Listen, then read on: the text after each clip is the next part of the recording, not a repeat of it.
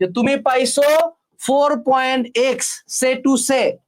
দেখো ঢাবি কি করে, এসএসসি কে 2 দিয়ে গুণ দেয়, এইচএসসি কে 2 দিয়ে গুণ দেয়। সো যদি কেউ ভার্সিটি ইউনিট নিয়ে থাকো, সে টু সে কেউ পাইছো 4.5 ইন্টু 2 কত পাইলা 9, এই এসএসসি তে ছিল তোমার 5, পাইলা কত 10, তুমি পাইছো হলো 19।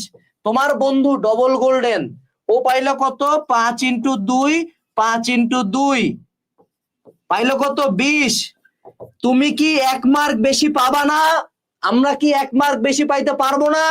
কসম করো, ওয়াদা করো, ওরে 1 মার্ক কি বেশি দিতে দিব আমরা? না, আমরা বেশি পায়ে আসবো।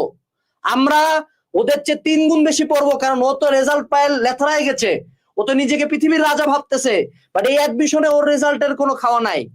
যদি কারো 4.2 থাকে, তুমিও 2 দিয়ে গুণ দাও না বাবা, তারপর দেখো তোমার সর্বোচ্চ 3 থেকে 5 মার্কের ডিফারেন্স হবে। আমরা কি 5টা এমসিকিউ বেশি দাগায় আসতে পারবো কিনা? পারবো, ইনশাআল্লাহ পারবো।